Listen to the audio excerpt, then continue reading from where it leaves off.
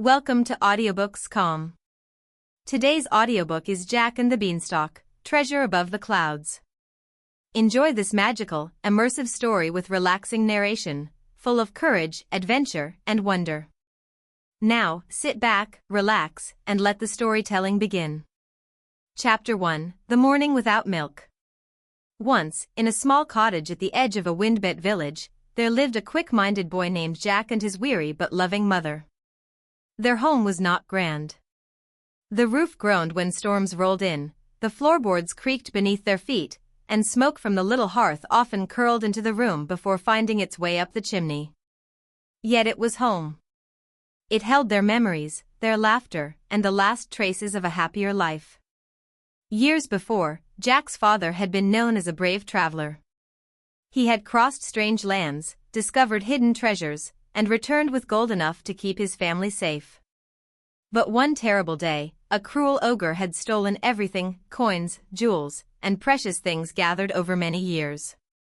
Not long after, Jack's father died, leaving Jack and his mother with almost nothing. Almost nothing, but not quite. They still had a vegetable garden. They still had a field of wheat. And most important of all, they had an old gentle cow named Milky White. Every morning, Jack rose before the sun had fully opened its golden eye. He carried a wooden pail to the shed, patted Milky White's soft neck, and milked her carefully. By afternoon, he walked to market with jars of fresh milk and little rolls of butter wrapped in cloth. Fresh milk, Jack would call. Sweet butter, best in the village. At night, he brought the coins home and placed them in his mother's hand. They were never many, but they were enough. Then came the rains. They did not fall gently. They crashed from the sky as if the clouds had split apart. For days, water ran in muddy rivers through the garden. It flattened the young wheat, tore up the vegetables, and left the earth ruined and bare. Jack's mother stood in the doorway, looking over what remained.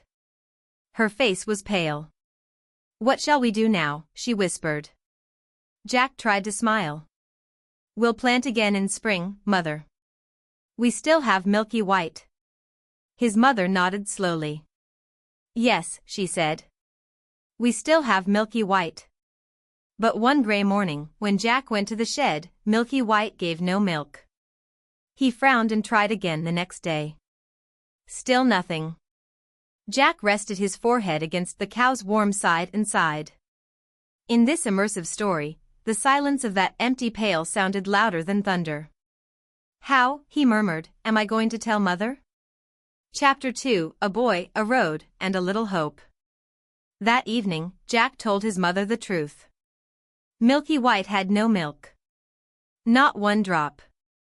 His mother sat at the table, staring at her hands. Then her shoulders began to shake. Jack could bear hunger.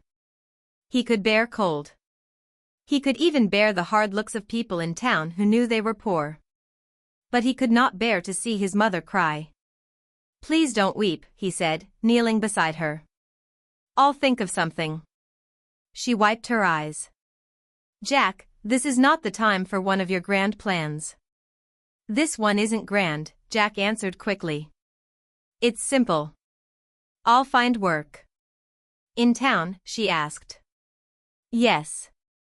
Someone may need help." "You tried last year," she reminded him. "No one had work then." "That was last year." Jack gave a small shrug. "Things change." Outside the window, the clouds parted for a moment, and a single star shone bright in the darkening sky. Jack looked at it, and a strange warmth stirred in his chest. "I feel it," he said softly. "Something good is coming." His mother sighed, but she nodded. "Go tomorrow." "Try." So Jack rose early and walked the long road to town. He asked the shoemaker if he needed an apprentice. "Sorry, Jack," said the shoemaker. "My hands are enough." He asked the baker, who was dusted in flour from head to toe. "My daughters help me now," she said kindly. "Not today." He asked the blacksmith, the grocer, the tailor, and the stable keeper. Everywhere he went, the answer was the same. No work.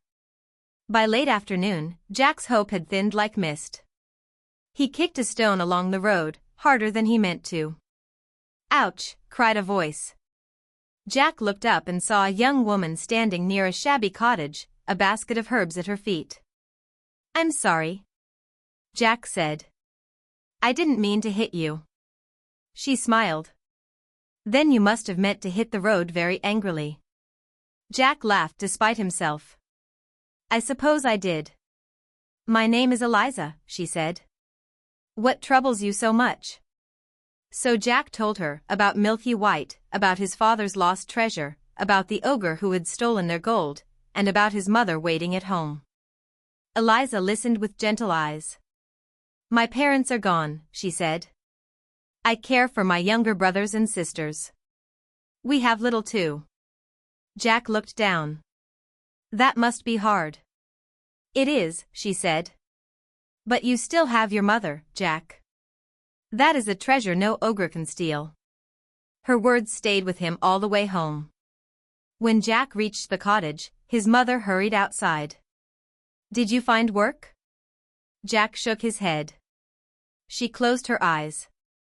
Then, in a voice heavy with sorrow, she said, Then tomorrow, we must sell Milky White. Jack's heart sank. But mother. We need food, she said firmly. And she gives no milk. Jack lowered his head. He knew she was right. Chapter 3, 5 Beans and a Broken Heart. The next morning, the air felt colder than usual. Jack tied a rope gently around Milky White's neck and led her toward the market. The old cow walked slowly, as though she too understood that something sad was happening. Don't worry, girl, Jack whispered. I'll find you a good home. He had nearly reached town when a cheerful voice rang out from beside the road. Good morning, Jack. Jack stopped. A small, odd-looking man stood beneath a crooked tree. His coat was patched in many colors, his hat was too tall, and his blue eyes sparkled as if they had borrowed light from the stars. How do you know my name? Jack asked. The man only grinned and danced in a little circle around Milky White. A fine cow, he said. A very fine cow. Where are you taking her? To market, Jack replied. I must sell her. The man clapped his hands. Wonderful. Lucky for you, lucky for me. He opened his palm. On it lay 5 small white beans. Jack stared. Beans? Not ordinary beans, said the man. Magic beans. Jack laughed. 5 beans for a cow? That is the worst bargain I've ever heard. The man shrugged and turned away. As you wish. Some people cannot recognize wonder when it sits in their hand. Wait, Jack said. Magic, you said? The man leaned close. Plant them tonight. By morning, they will grow higher than the clouds. If they do not, I will return your cow. Jack looked at Milky White. Then he looked at the beans. His mother needed money. But if the beans truly were magic, perhaps they could change everything. His heart beat fast. All right, Jack said. It's a deal. The strange man handed him the beans, took Milky White, and went skipping down the road. Jack hurried home, trying to imagine his mother's smile. But when he placed the beans in her palm, there was no smile. You sold our cow for these, she whispered. They're magic, Jack said quickly. They'll grow into a stalk that reaches the sky. His mother's face crumpled. Oh, Jack, she sobbed. You are clever, but sometimes clever boys do foolish things. Tears streamed down her cheeks. Then anger rose through her sadness. She snatched the beans and flung them out the window into the dark yard. Go to bed, she said. No supper tonight. Jack climbed to the attic with a heavy heart. Outside, no star shone. The sky was black and still. I was foolish, he whispered into the darkness. Tomorrow I'll find that man and get Milky White back. But when morning came, the attic was filled with a strange shadow. Jack opened his eyes. Sunlight touched only one corner of the floor. The rest was dark. He ran to the window and gasped. Outside, rising from the yard, stood an enormous beanstalk, thick, green, twisting upward beyond the cottage roof, beyond the treetops, beyond the clouds themselves. Chapter 4: Above the Clouds. For a long moment, Jack could only stare. The beanstalk towered into the morning sky, its leaves broad as blankets, its curling tendrils strong as ropes. It swayed gently in the wind, as if inviting him upward. The man told the truth, Jack breathed. They were magic. He did not wake his mother. Not yet. A grand plan had already begun forming in his mind. Carefully, Jack climbed onto the nearest vine. It held firm beneath his hands and feet. Up he went branch by branch, leaf by leaf, higher than the roof, higher than the chimney smoke, higher than the birds. The cottage grew small below him. The fields became patches of brown and green. The village shrank until it looked like a child's toy. Still Jack climbed. The air grew cool. Mist dampened his hair. Clouds drifted around him like pale sheep. At last, he pulled himself through the cloud layer and stepped onto solid ground. A road stretched before him. It was not a road like the ones below. It gleamed faintly, silver-gray beneath a wide, strange sky. In the distance stood a house so tall it made Jack feel no bigger than a mouse. His stomach growled. He remembered then that he had eaten no supper and no breakfast. He followed the road until he reached the great house. In the doorway stood a woman, large but not frightening, with tired eyes and flour on her apron. "Good morning," Jack called politely. "Please, ma'am, could you spare a little breakfast? I'm terribly hungry." The woman stiffened. She looked left, then right, then behind her. "You should not be here," she whispered. "I know I'm a stranger," Jack said. "But I haven't eaten since yesterday." Her voice dropped lower. "My husband is an ogre." Jack felt a chill run through him. "An ogre," he repeated. "The ogre who steals treasure?" She nodded. "Gold, jewels, anything he wants." "And do you know what he likes to eat?" Jack shook his head slowly. "Boys," she said. "Baked, roasted, or sliced on bread." The peaceful feeling of this relaxing narration might have ended there, if Jack had listened to fear. But hunger made his knees weak, and courage, or foolishness, kept him standing. "Please," he said. "Let me eat quickly. Then I'll go." The ogre's wife studied him. Her face softened. "Oh, very well," she sighed. "Come in. But if he returns, you must hide faster than a shadow." Chapter 5: The Bag of Stolen Gold. The kitchen inside the giant house was enormous. The table rose nearly to Jack's shoulder. The chairs looked like wooden towers. A single spoon could have served as a shovel. The ogre's wife set a bowl of steaming porridge before him. "Eat," she said. "And hurry." Jack did not need telling twice. He swallowed the porridge quickly, though it burned his tongue. It was warm, sweet, and the best thing he had ever tasted. "Thank you," he said, rising. "I'll go now before." Thump. Thump. Thump. The whole house trembled. The ogre's wife went pale. "He's coming." "Quick." "Where?" Jack whispered. "There." She pointed to the oven. Jack squeezed inside just as the kitchen door burst open. Through a crack, he saw the ogre.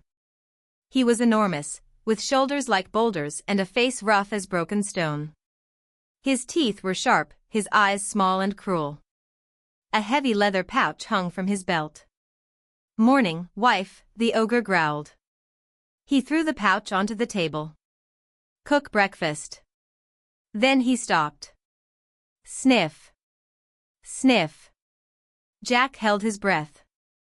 "Fee, fi, fo, fum," roared the ogre. I smell the blood of a little English one. Nonsense, dear, said his wife quickly. You smell your breakfast. Go wash, and I'll make pancakes. With blueberries, the ogre asked. With blueberries. The ogre grumbled, but he went away. Jack waited in the oven while the ogre ate porridge, pancakes, and more pancakes. At last, the brute opened a great wooden chest and pulled out bags heavy with gold. Jack's eyes widened. The chest glittered with treasure, coins, cups, jewels, and golden things. Among them, Jack was sure, were pieces of his father's lost fortune. The ogre counted his coins until his eyelids drooped. Soon, his snores rolled through the house like thunder. The ogre's wife had gone to another room. Jack pushed open the oven door and slipped out. Every step felt louder than a drumbeat. He reached the table. With both hands, he seized one bag of gold. Then he ran. Out the door, down the shining road, to the Beanstalk. He climbed down through the clouds, clutching the bag to his chest. When his feet touched earth again, he raced into the cottage. Mother, he cried. Look. His mother stared at the gold, then at Jack. It's real, he said. The ogre stole it from us. And now some of it is back. His mother wept again, but this time, the tears were bright with relief. Chapter 6, The Hen That Laid Sunshine. For a while, Jack and his mother lived better than they had in years. They bought flour, eggs, warm blankets, and seeds for a new garden. The hearth burned cheerfully at night. Jack's mother smiled more often, and the cottage felt less like a place of worry. But gold, even stolen back gold, does not last forever. Month by month, the bag grew lighter. Jack noticed first. He shook it one evening and heard only a thin clink where there had once been a rich jingle. One day, he thought, it will be empty. The beanstalk still stood in the yard, tall and green, disappearing into the clouds. Jack looked at it often. His mother had forbidden him to climb it again, but the memory of the ogre's treasure chest shone in his mind. At dawn one morning, before his mother woke, Jack began climbing. Up, up, up he went, into mist and sky, until he reached the strange land above the clouds. He followed the same road to the ogre's house. The ogre's wife stood outside, shaking crumbs from a cloth. When she saw him, her mouth fell open. You, she cried. The boy from before. The morning you came, my husband lost a bag of gold.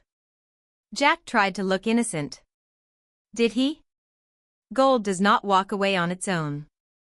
Jack rubbed his stomach. Perhaps I could explain after breakfast. The woman narrowed her eyes. She should have sent him away. But curiosity is a powerful thing. Come in, she said sharply. Eat. Then speak. She gave him porridge and tea. Jack ate slowly this time, asking polite questions, giving no answers. Then came the sound he had been waiting for. Thump. Thump. Thump. The ogre was returning. Hide, whispered the wife. Jack slipped into the oven again. The ogre entered, sniffing at once. Fie. Breakfast, his wife interrupted. Pancakes. The ogre scowled. With blueberries, she added. His scowl softened. After eating, the ogre slapped the table. Wife. Bring me my golden hen. She returned carrying a plump hen whose feathers shone softly in the light. Lay, commanded the ogre. The hen gave a proud little cluck. Then it laid an egg made of pure gold. Jack's breath caught. A hen like that could keep his mother safe forever. He waited. The ogre grew sleepy. His head nodded. His snores began. When the wife left the room, Jack crept from the oven, took the hen, and ran. But the hen cackled loudly. The ogre woke with a roar. Thief! Jack bolted outside, the hen under his arm, and raced for the beanstalk with the ogre's furious shouting behind him. Chapter 7, A Golden Egg and a Troubled Thought. Jack did not look back until he reached the beanstalk. The hen flapped and squawked beneath his arm, but Jack held her gently and firmly. He swung onto the great green vine and climbed down as fast as he dared. Above him, the ogre's angry voice shook the clouds. "Come back, you rotten boy!" But the ogre did not follow him down. Perhaps he feared the height. Perhaps he was too slow. Whatever the reason, Jack reached the ground safely and ran into the cottage. "Mother," he shouted. "Come quickly." His mother hurried in, her face full of alarm. Jack placed the hen on the table. "Lay," he said. The hen ruffled her feathers, lifted her head, and dropped a shining golden egg onto the wood. Jack's mother covered her mouth. "A golden egg," she whispered. Jack grinned. "Now you'll never have to worry again." For many weeks, it seemed true. Every day, the hen laid one golden egg. Jack and his mother repaired the cottage roof, filled the pantry, bought warm clothes, and helped neighbors who had less than they did. Jack took special care to carry food to Eliza's house, though he never boasted about where the money came from. Their life grew peaceful. Yet at night, Jack sometimes lay awake beneath the sloping attic roof, listening to the wind. What if the hen stops laying, he wondered. What if the ogre comes down? What if there is still more of Father's treasure up there? One evening, he stepped outside and looked at the beanstalk. A star twinkled above it, bright and steady. He remembered the great wooden chest. He remembered gold cups, shining jewels, and something else he had glimpsed only briefly, something shaped like a harp, glowing deep in the heap. "My father had a golden harp," Jack whispered. "Mother used to speak of it." The thought would not leave him. In this audiobook tale of courage and consequence, Jack's heart was not greedy, but it was restless. He wanted safety. He wanted justice. He wanted to bring home everything the ogre had stolen. By dawn, another grand plan had taken hold. He left a note for his mother this time, though it was brief. "Do not worry. I will return." Then he climbed once more toward the sky. Chapter 8, The Song in the Giant House. Jack reached the land above the clouds while the morning was still pale. This time, he did not march to the ogre's door and ask for breakfast. He had learned that the ogre's wife would recognize him at once, and her patience had surely grown thin. Instead, he hid behind a thorny bush near the house and waited. After a while, the ogre's wife came out carrying an empty pail. She walked toward the well, muttering to herself. Jack slipped from his hiding place and darted into the house. The kitchen was quiet. Sunlight lay across the enormous floor. Near the wall stood a great copper tub piled high with laundry, shirts big enough to cover a wagon, stockings longer than Jack himself. He climbed into the tub and burrowed under the clothes. Not a moment too soon. Thump. Thump. Thump. The ogre entered. Jack could hear him sniffing. "Fee, fi, fo, fum," growled the ogre. "I smell that boy again." The ogre's wife returned, water sloshing in her pail. "What are you doing?" she demanded. "He's here," said the ogre. "The thief. The boy who stole my gold and my hen." The wife strode to the oven and flung open the door. "No boy," she said. "Only ashes." "He is here," the ogre roared. Jack pressed himself deeper beneath the damp laundry and hardly dared to breathe. The ogre stomped from cupboard to pantry, from pantry to fireplace, sniffing and snarling. At last, his wife lost patience. "Sit down," she said. "I'll make pancakes." "With blueberries," he muttered. "Yes, with blueberries." The ogre sat, still suspicious. After breakfast, he slapped the table. "Bring me my golden harp." Jack's heart leaped. The ogre's wife carried in a harp made of shining gold.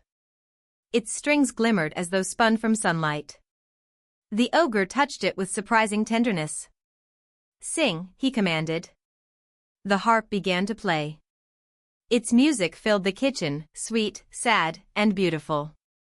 It was the kind of song that made Jack think of his father's voice, his mother's smile, and summer fields before the storms.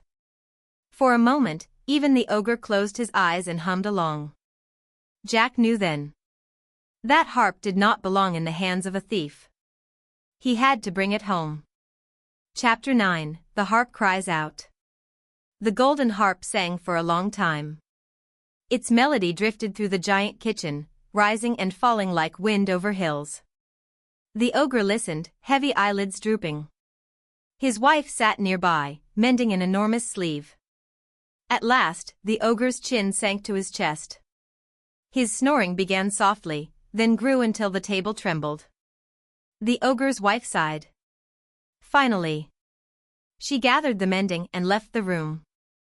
Jack waited one breath, then another. Slowly, he lifted the laundry from his face and climbed from the copper tub. The floor seemed wider than a field. The harp stood on the table, glowing in the dim kitchen light. Jack moved silently. He climbed the leg of the chair, pulled himself onto the seat, and from there scrambled onto the table. His hands closed around the golden harp. It was warm. "Come," he whispered. "I'm taking you back." But the harp was not like the bag of gold. It was not like the hen. The instant Jack lifted it, the harp sang out in a clear ringing voice. "Master! Help!" Jack froze. The ogre's eyes snapped open. For one heartbeat, no one moved. Then Jack ran. "Thief!" roared the ogre. Jack slid down from the table, hit the floor hard, and dashed toward the door with the harp clutched against him. "Master!" cried the harp again. "Help!" The ogre lunged. His fingers brushed Jack's shirt, tearing the cloth at the shoulder. Jack twisted free and burst out into the open air. Down the road he flew. Behind him came the ogre, pounding after him with terrifying speed. "You won't escape this time," the ogre bellowed. Jack's lungs burned. The harp's voice rang against his ear. The road seemed longer than ever. He could see the beanstalk ahead, green and mighty at the edge of the cloud world. But the ogre was gaining. Jack needed a plan, and quickly. At the last moment, instead of running straight to the beanstalk, he veered sharply across a field. The ogre, too heavy to turn fast, stumbled and crashed through a hedge. Jack leaped over stones, ducked under branches, and looped back toward the beanstalk. The trick bought him precious seconds. He reached the stalk, swung onto it, and began climbing down. Above him, the ogre roared with fury. Then the beanstalk shook. Jack looked up. The ogre had followed. Chapter 10, The Fall of the Beanstalk. Down Jack climbed, faster than he had ever climbed before. The beanstalk swayed wildly beneath the ogre's weight. Leaves tore loose and spun into the mist. The golden harp clung to Jack's arm, humming frightened notes. "Master," it cried once more. "Hush," Jack begged. "Please hush." But above him, the ogre had seen exactly where he was. "There you are," he thundered. The giant began descending, crushing vines beneath his huge hands. Every movement made the stalk bend and groan. Jack's heart hammered so hard he could hear it louder than the wind. Clouds swallowed him. For a moment, he could see nothing but white mist. His hands slipped on damp leaves. His feet searched for the next hold. Below, far below, the world waited. "Don't look down," he told himself. But he looked. The cottage was a tiny shape beneath him. The yard was a patch of earth.